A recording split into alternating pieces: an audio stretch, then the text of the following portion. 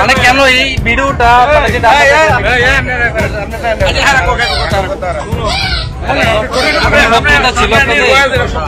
আপনাদের কোনো শত্রুতা ছিল কিনা, বা বাচ্চা 2 মাসের বাচ্চার তোর কোনো অপরাধ নাই, কারণ কি এরকম করার, এটা একটু বলেন।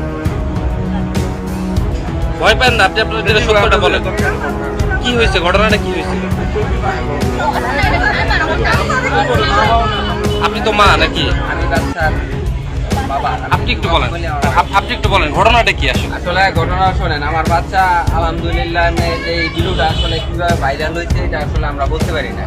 আমার বাচ্চা কোনো ক্ষয়ক্ষতি হয় নাই, এই যে এটা প্রমাণ আপনারা দেখেন। আমার বাচ্চার কোনো পা কোনো কিছু ভাঙে নাই, আমার বাচ্চা পুরোপুরি সুস্থ আছে।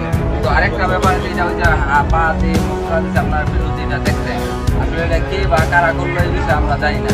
আমার বাচ্চা আলহামদুলিল্লাহ পুরোপুরি সুস্থ, কিন্তু এখানে যে আপনারা বললেন পা ভাঙছে, দেখেন আপনারা আমার বাচ্চার পা ভাঙছে কিনা।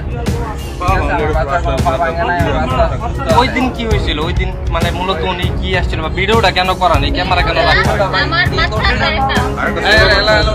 আমার আরেকটা বাচ্চা আছে, তো আমি প্রায় মানে ওই দিন আমার শাশুড়িও বাড়িতে ছিল না, একা তো বাচ্চা আছে আরেকটা, আমি প্রায় সময় মানে এইভাবে ভিডিও অন করে আমি ওয়াশরুমে যাই। ওরে মানে আমরা বেশিরভাগই হসপিটালে ছিলাম, বাড়িতে মাত্র কয়েকটা দিন হয়েছে। তো জাস্ট আমি আমার আরেকটা বাচ্চা আছে দেখে আমি প্রায় সময় ভিডিওটা অন করে পরে আমি এইসব ভিডিওতে কি পাইলেন?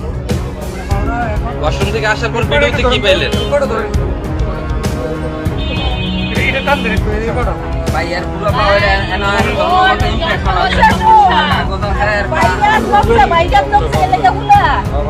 ভাই